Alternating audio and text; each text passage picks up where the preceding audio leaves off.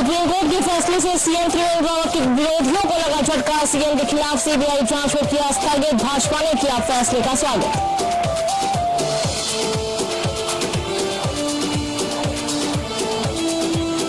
कोविड-19 को लेकर सीएम रावत ने सचिवालय में बैठक लेते हुए अधिकारियों को दिए सजग रहने के आदेश।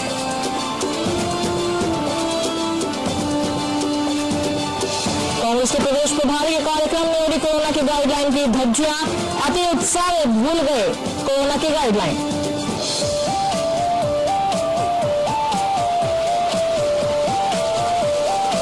बागेश्वर जिले के एसपी मणिकांत मिश्रा ने कपकोट के पिनाली गांव में 50 नाली अवैध भांग की खेती को किया नष्ट। ग्रामीणों को दी इसके दुष्परिणाम की जानकारी।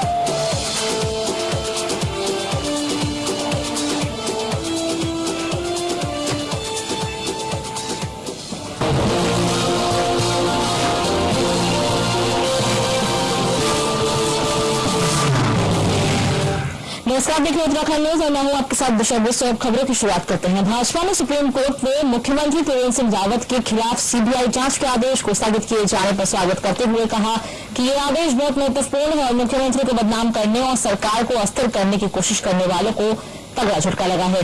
साथ ही जो कांग्रेस इस मामले में हाई तौबा मचा रही थी, उन्हें भी सुप्रीम कोर्ट के मुंह की खानी पड़ी। माननीय उच्चतम न्यायालय ने मुख्यमंत्री माननीय श्री त्रिवेंद्र जी के मामले में जो स्थगन दिया है, भारतीय जनता पार्टी उसका स्वागत करती है। माननीय उच्चतम न्यायालय ने इस बात का संज्ञान लिया है कि माननीय उच्च न्यायालय के समक्ष प्रस्तुत की गई याचिका में न तो मुख्यमंत्री जी पक्षकार थे और न ही उनके बारे में कोई प्रार्थना की गई थी। इसके बावजूद माननीय उच्च न्यायालय ने आदेश पारित किया और अब इस आधार पर माननीय उच्चतम न्यायालय ने मामले की सुनवाई और सीबीआई जांच पर रोक लगा दी है। दूसरी ओर कांग्रेस जो इस मामले पर हाय हल्ला कर रही थी, उसको इस मामले पर माननीय मुख्यमंत्री जी से भी और साथ ही प्रदेश की जनता से भी माफी मांगनी चाहिए। आज का दिन एक बार फिर कांग्रेस के लिए अपना मुंह खुद ही काला करने जैसा हो गया है। कोविड-19 को लेकर सीएम ने बैठक ली। मुख्यमंत्री ने अधिकारियों को निर्देश दिए कि त्योहारों के समय में और सजग रहने की आवश्यकता है। त्योहारों के समय भीड़ तेजी से बढ़ेगी, इसके लिए मास्क के उपयोग, सोशल डिस्टेंसिंग और विभिन्न माध्यमों से जागरूकता कार्यक्रम चलाए जाएं। स्वास्थ्य विभाग, प्रशासन, पुलिस और अन्य विभाग के बेहतर तालमेल से कोविड पर नियंत्रण के प्रभाव दिख रहे हैं, लेकिन इस तरह की सतर्कता लगातार बरतनी होगी। मुख्यमंत्री ने कहा कि बाहर से आने वाले पर्यटकों को मास्क और सोशल डिस्टेंसिंग के लिए जागरूकता के साथ ही शालीनता से व्यवहार रखा जाए। उत्तराखंड के मुख्यमंत्री त्रिवेंद्र सिंह रावत को सुप्रीम कोर्ट से राहत मिली है। सर्वोच्च न्यायालय ने उत्तराखंड हाईकोर्ट के इस आदेश पर रोक लगा दी है, जिसमें हाईकोर्ट ने उत्तराखंड सीएम के खिलाफ एक मामले में सीबीआई जांच की मंजूरी दी थी। ये भी गड़बड़ है कि सुप्रीम कोर्ट ने अब इस मामले में नोटिस जारी कर 4 हफ्ते में जवाब मांगा है। गुरुवार को इस घटना पर सियासी घमासान मचा, लेकिन अब सुप्रीम कोर्ट की इस फटकार के बाद त्रिवेंद्र सिंह रावत को घेरने की कोशिश करने वाले सभी व्यक्तित्व हैं।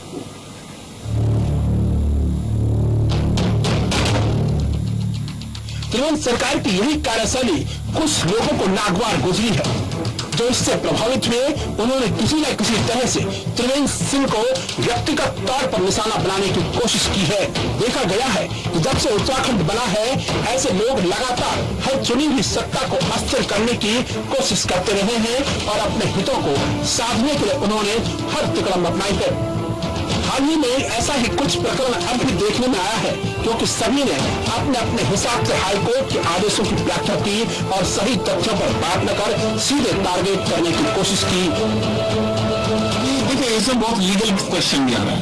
लीगल क्वेश्चन भी आ रहा है कि जब का ये इंसिडेंट हुआ, जब त्रिवेंद्र जी किस पद पर थे, उस समय तो शायद प्रभारी थे वहां के, उस समय तो पब्लिक सर्वेंट भी नहीं थे, तो करप्शन चार्ज कैसे लगेगा?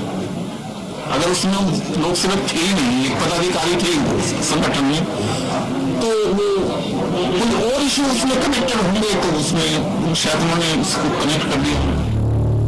2017 में उत्तराखंड में भाजपा को बहुमत मिलने पर त्रिवेंद्र सिंह रावत ने कमान संभाली तो सबसे पहले जीरो टॉलरेंस की बात कही। सीधा आशय यही था कि अब राज्य में भ्रष्टाचार या किसी भी तरह की ज्यादती को बर्दाश्त नहीं किया जाएगा। त्रिवेंद्र सिंह रावत ने सत्ता संभालते ही लीक से हटकर कई ऐसे फैसले किए जिसमें उनकी कार्यशैली की स्पष्ट छाप नजर आई। यही माना गया कि वह फैसला लेने में एकदम तत्पर है और जिन चीजों को राज्य के हित में उचित मानते हैं उन फैसलों को लेने में हिचकते नहीं। त्रिवेंद्र सरकार ने गैरसैंण को ग्रीष्मकालीन राजधानी बनाया। यह त्रिवेंद्र सरकार का एक बहुत बड़ा फैसला है। 4 धामों की प्रबंध व्यवस्था के लिए देवस्थानम बोर्ड की स्थापना करने में वह किसी तरह के विरोध के सामने झुके नहीं। उन्होंने यही माना कि बढ़ते तीर्थाटन और पर्यटन के लिए अब देवस्थानम बोर्ड को लाया जाना जरूरी है। शासकीय स्तर पर उन्होंने कई फैसले किए। मुक्त व्ययता के लिहाज से प्रशासनिक अधिकारियों के विदेशी दौरों पर भी रोक लगी है। हाल में उन डॉक्टरों को पदमुक्त किया गया है जो नौकरी में रहते हुए अपने कार्यक्षेत्र में नहीं जा रहे थे। लेकिन इन सब से अलग त्रिवेंद्र सिंह रावत के नेतृत्व में एक बड़ा कदम यह है कि उन्होंने सचिवालय और मंत्रालय में मंडराने वाले गलत तत्वों पर रोक लगाई है। देखा गया है कि आबकारी माफियाओं की बात हो या खनन और जमीन माफियाओं की बात, लगातार प्रदेश में इन लोगों का वर्चस्व रहा था। लेकिन बीते 4 सालों में इस तरह के माफियाओं की कमर टूटी है और सरकार के जरिए कोई भी नीति उनके पक्ष में बनती नहीं दिखी। मुझे जहां तक इस मुद्दे की जानकारी है और मैं 30 साल की पत्रकारिता का जो मेरा अनुभव कहता है, इसमें हाईकोर्ट ने चूक की है। हाईकोर्ट ने ये चूक की है कि एक FIR दर्ज होती है, उसमें 2 लोग आरोपित हैं। आरोपित जो है उमेश शर्मा और दूसरा साथी है, उमेश शर्मा का एक और साथी पत्रकार है। तो वो अक्यूज्ड है। अक्यूज खुद अदालत में स्वीकार भी करता है कि मेरे से गलती हो गई। ना हरेंद्र सिंह रावत वास्तव में त्रिवेंद्र सिंह के रिश्तेदार हैं और ना उसके अकाउंट में पैसा आया है, वो जो 11 अकाउंट का मैंने जिक्र किया है अपनी फेसबुक पोस्ट पे। तो इसका मतलब कहीं ना कहीं उन आरोपों में दम नहीं था जो इन लोगों ने लगाए थे फेसबुक के माध्यम से मुख्यमंत्री के ऊपर। अब अगर मुख्यमंत्री के ऊपर गलत आरोप लगाए गए हैं तो उसकी जांच होनी जरूरी है। तो मेरे ख्याल से FIR इसलिए लॉन्च की गई थी सरकार द्वारा। FIR को क्वैश करना और CBI को उन आरोपों की जांच करना जिन आरोपों में पहले से ही अदालत अपने फैसले में भी कह चुकी है कि ये झूठ बोलना कबूल कर चुके हैं, वो जायज नहीं लगता है मुझे। ये बैड इन लॉ, जिसे बीजेपी ने कहा कि बैड इन लॉ है।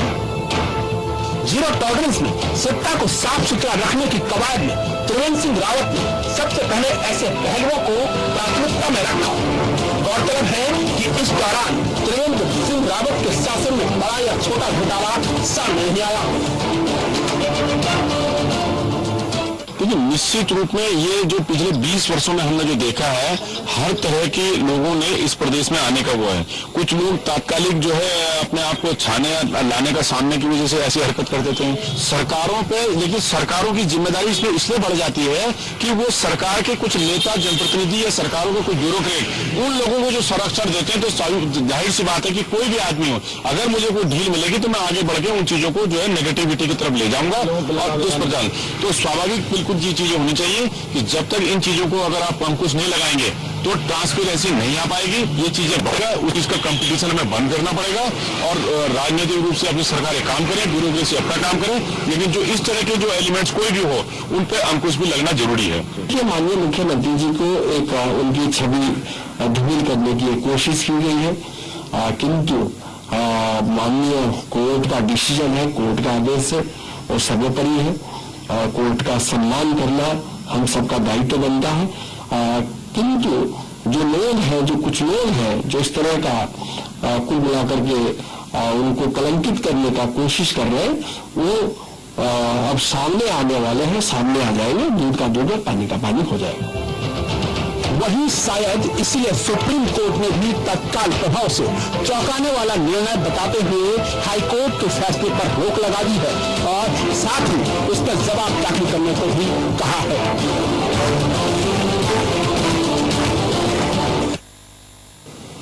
वहीं बागेश्वर जिले के एसपी मणिकांत मिश्रा ने नशे मादक पदार्थों की रोकथाम हेतु ताबड़तोड़ कार्रवाई की। इन दिनों जिले के कपकोट ब्लॉक के श्यामा उप तहसील के छोड़ी पंजाली में 50 ताली भूमि में अवैध तरीके से उगाई जा रही भांग की खेती को खुद मौके पर पहुंचकर 40 जवानों के सहयोग से नष्ट कर आग लगाई गई। ग्रामीणों को इसके दुष्परिणाम की जानकारी भी दी गई।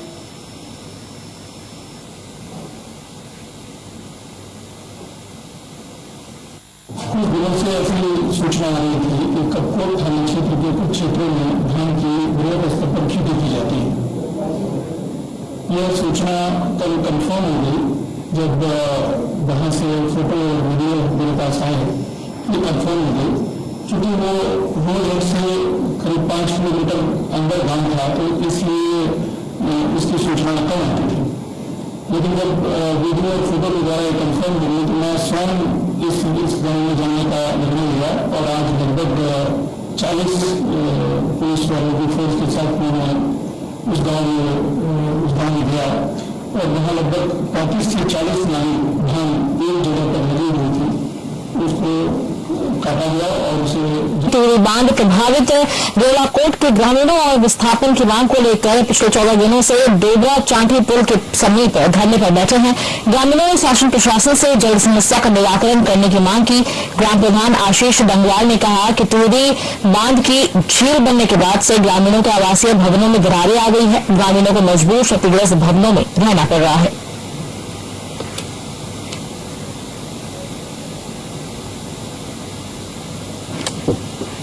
विस्थापन के जो मामले हैं उसमें पात्रता के निर्धारण वगैरह ये सब इश्यूज हैं, इनकी बैठकें ली जाएंगी। कुछ ऐसे मामले हैं जो कि शासन स्तर पे ही लोगों को दिए जाएंगे, उनकी भी तैयारी की जा रही है और बैठक के जो रिक्वेस्ट लेटर है वो भी भेजा जा रहा है। तो ये इसमें जैसे जैसे प्रगति आती है तो उस हिसाब से कार्रवाई की जाएगी। जो इश्यू है वो मीटिंग में डिस्कस हुआ था और अब इसको परीक्षण किया जा रहा है मेरे द्वारा। तो जिस प्रकार से परीक्षण के उपरांत जो निर्णय होगा वो फिर बता दिया जाएगा, उसी हिसाब से काम। वहीं रुद्रप्रयाग जिले के ग्राम पंचायत कमेला के दियोरी गांव की महिलाएं सब्जी उत्पादन के क्षेत्र में बेहतर कार्य करके आज मिसाल कायम कर रही है। आपको बता दें कि टिहरी जिले के अलावा रुद्रप्रयाग जनपद के कई ग्रामीण क्षेत्र की काश्तकार महिलाएं दियोरी गांव के में आकर महिलाओं से सब्जी उत्पादन की शिक्षा ले रही है। दियोरी गांव की महिलाओं ने विगत 1.5 वर्ष पूर्व रिलायंस फाउंडेशन के साथ मिलकर सब्जी उत्पादन का कार्य किया था और शुरुआती दौर में ही अच्छी सब्जी उत्पादन होने से गाँव के कई परिवार अच्छी आमदनी प्राप्त कर रहे हैं। विशेष रूप से ये इस प्रकार का एक प्रत्यक्ष उदाहरण बनने जा रहा है जिसमें कि सरकारी मशीनरी, विभिन्न विभाग, मनरेगा स्कीम और जो NGO है उनके CSR मद से किस प्रकार से ग्रामीण मदद लेते हुए अपनी आजीविका को सुधार सकते हैं। यहाँ पर एक न्यूट्री गार्डन का कॉन्सेप्ट डेवलप किया गया है इस किनारा गाँव में, जो कि यहाँ पर विभिन्न प्रकार के वेजिटेबल्स कर रहे हैं। आज हमने यहाँ पर विशेष रूप से रेड लेडी नाम के वैरायटी के पपाया का, यहाँ पर पपीते का व्यवहारोपण किया है। शुरू मतलब बैठक कर रहे थे सिर्फ 1.5 साल पहले से, तो ये सब्जी जो है हमने अभी इसी मार्च से शुरू की थी। तो हमने एक परिवार में यहाँ 20-25 हज़ार की सब्जी कितने परिवार यहाँ पे ये काम करता है? अभी लगभग 4 परिवार में किया था और बाकी सरकार इधर घेर डाल होगी तो बाकी सरकार उत्पादन करता है। हमने भिंडी, बैंगन और गोभी इससे पहले तो किया था। अभी प्याज, लहसुन, राई, मूली, मेथी, पालक ये सब कर रहे हैं। तो हम लोग न्यूट्रिशन को लेकर फोकस है इस गाँव में, और क्योंकि जैसे सरकार का भी फोकस है कि न्यूट्रिशन अपने खेत से अगर हो पाएगा तो सबसे बेस्ट है। तो अभी मनरेगा के साथ मिलकर और हॉर्टिकल्चर डिपार्टमेंट के साथ मिलकर एक बड़े पैच को घेरबाल करके उसके अंदर हम कोशिश कर रहे हैं कि एक सीजन में कम से कम 5 से 6 प्रकार की सब्जियाँ लोग अपने खेत से ले पाएँ, सो दैट कि वो जो न्यूट्रिशन की नीड है वो अपने खेत से हो जाए। और क्योंकि ये बड़ा पैच जो इस गाँव में भिवानी के महिलाओं ने अपने किया है, तो उसमें होता ये है कि फसल बचती है, तो जितने भी सरप्लस होता है, जितने भी एक्स्ट्रा उग रहा है वो यहाँ से मार्केट में जाते हैं। पिछले सीजन की बात करें तो एक परिवार में 20 से 25 हज़ार रुपया पर फैमिली, 16 परिवार है, इन लोगों ने यहाँ उसी खेती से। दुनिया भर में कोविड को लेकर नई नई गाइडलाइन सामने आ रही है। वहीं केंद्र सरकार भी लगातार नई गाइडलाइन निकाल रही है जिससे कोरोना से कैसे बचा जा सके ये बताया जा रहा है। तो प्रदेश सरकार भी अपने स्तर पर नई गाइडलाइन तैयार करने जा रही है, लेकिन राजनीतिक दल है कि कोरोना की गाइडलाइन की धज्जियां उड़ाते नजर आ रहे हैं। और इसी तरह की गाइडलाइन की धज्जियां कांग्रेस ने उड़ाई, जहां पर कोरोना का डर किसी पर भी नजर नहीं आया। दुनिया भर में कोविड-19 की वैक्सीन की तलाश की जा रही है। केंद्र सरकार और प्रदेश सरकारें लगातार गाइडलाइन निकाल रही हैं कि आप भीड़-भाड़ मत कीजिए, ऐसी जगह में इकट्ठा मत होइए जहां पर कोविड-19 जो है वो फैल सकता है। लेकिन राजनीतिक दल किस तरह से इन सभी चीजों को जो है वो किनारे करती हैं, कैसे इनका धज्जियां उड़ाती हैं, ये यहाँ पर देख सकते हैं आप। किस तरह से सैकड़ों की संख्या में जो है कांग्रेसी कार्यकर्ता यहाँ पर इकट्ठा हो रखे हैं और वो जो है वो रैली निकाल रहे हैं। सबसे बड़ी बात है कि ये रैली जो है निकल रही है, इसमें हजारों की संख्या में लोग मौजूद है और कई लोगों के मुंह पे तो मास्क भी नहीं है। ज्यादा से ज्यादा लोग ऐसे हैं जिनके मुंह पे मास्क नहीं है, यानी कि कोविड-19 का जो है उनको कोई डर नहीं है, उनको इस चीज का कोई डर नहीं है कि अगर कोविड-19 फैलता है तो। दूसरी तरफ अगर हम बात करें तो लगातार अगर हम कांग्रेस की बात करें तो वो प्रदेश सरकार के ऊपर सवाल खड़े कर रही है कि प्रदेश सरकार कोविड-19 से सही से नहीं लड़ रही है, सही से जो है कोविड-19 के लिए कोई गाइडलाइन नहीं बना रही है और प्रदेश में कोविड जो है वो फैलता जा रहा है। लेकिन सवाल ये भी खड़ा होता है कि जब खुद प्रदेश का मुख्य विपक्ष इस तरह की हरकतें कर रहा है कि एक जगह में इतनी बड़ी भीड़ है, कई लोगों के मुंह पे मास्क नहीं है, तो आखिर वो दूसरे से सवाल कैसे पूछ सकते हैं। सबसे बड़ी बात, मुख्य विपक्ष है, अब मुख्य विपक्ष इस तरह का अगर कर रहा है तो सवाल भी खड़े होते हैं, क्योंकि कोविड-19 का टीका अभी तक मौजूद नहीं है। दुनिया भर में ये फैलता जा रहा है और जरूरत यह है कि आम आदमी से तो आप जरूर ये अपेक्षा करें कि वो कोविड-19 से लड़े, लेकिन इसके साथ ही राजनीतिक दलों को भी कोविड-19 से लड़ने की बहुत ज्यादा जरूरत है। न सिर्फ सरकार को ही इससे लड़ना है।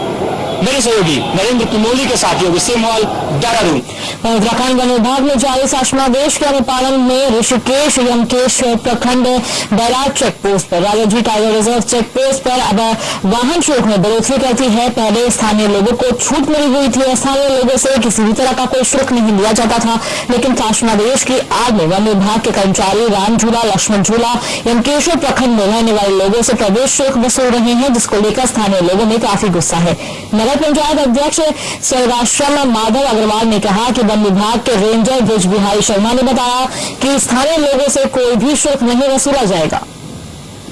एक बात है, तो ये शुल्क वसूला जा रहा है। पहले तो छोटी गाड़ी का 12 रुपये था, अब 50 रुपये हो गया। वो कोई समस्या नहीं है, पर टूरिस्ट की कटनी चाहिए। हमारी एक ही मांग है कि यमकेश्वर विधानसभा कोई व्यक्ति अपनी गाड़ी से अपनी बाइक से जाता है तो उसकी पर्ची माफ होती है। और एक और बात सुनने में आएगी, जो टूरिस्ट वाले लोकल वाले अपनी गाड़ी चलाते हैं कि हर चक्कर में पैसे देंगे, तो हर चक्कर का काम नहीं होना चाहिए। आदमी ने दिन में एक बार पर्ची कटवा ली, जो टूरिस्ट वाला है उनका पूरा दिन होना चाहिए। वैसे ही लोग अपनी आर्थिकी से मरे हुए इस तरह के, हम अगर लगातार टैक्स देंगे, गाड़ियों का शुल्क देंगे तो कैसे काम चलेगा। जो टूरिस्ट आ रहा है वो भी नहीं आएगा। टैक्स पहले कभी लगता ही था, पहली बार हमसे मांग रहे हैं। और हमारी प्रसिद्ध है गौशाला, कृष्णायन गौशाला। कृष्णायन गौशाला उत्तराखंड की सबसे बड़ी गौशाला है। 2000 गाय वहाँ पर बूढ़ी और अपंग उनकी सेवा हो रही है और गौ सेवा का सेवा कर रहे हैं। कभी भी गाड़ी को नहीं रोका गया। आज पहली बार रोका जा रहा है और पैसे लिए जा रहे हैं 50 रुपये पर गाड़ी।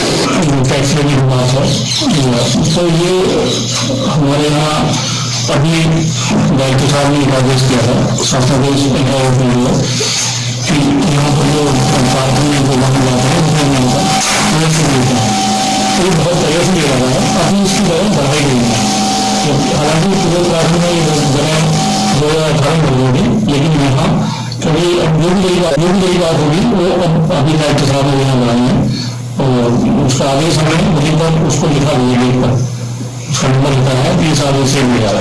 ये है अगर वो इनकम पर देहरादून हिस्सा है और इकंगाबाद जो है पौड़ी गढ़वाल है। और कभी ये है कि सिमनी लोग जो है हरिद्वार में भी आश्रम है और इनका आधार कार्ड पहचान कार्ड जो है अगर हरिद्वार का है तो ये लोकल डिस्ट्रिक्ट पौड़ी के कहाँ से हो गए, किस आधार पे हो गए। अगर उसमें साफ लिखा जाए आधार कार्ड दिखा रहा अपना और उसमें साफ आदेश है कि अगर मैंने ये लोकल है, लोकल व्यक्ति है तो लक्ष्मण झूला का है। मैं ये कह लक्ष्मण लोकल व्यक्ति में अगर वो पेट्रोल पंप में जाए कि मैं लोकल व्यक्ति में पेट्रोल फिर भर देंगे पेट्रोल। अगर मैं अपने घर ले जा रहा हूँ इस पैसे को तो आप बोलिए कि हाँ आप अपने घर ले जा रहे हैं, आप अपने लिए वसूल कर रहे हैं, आपको रसीद दी जा रही है, आप रसीद। और इसके साथ उत्तराखंड न्यूज में बस इतना ही। खबर का सिलसिला लगातार जारी है। नमस्कार।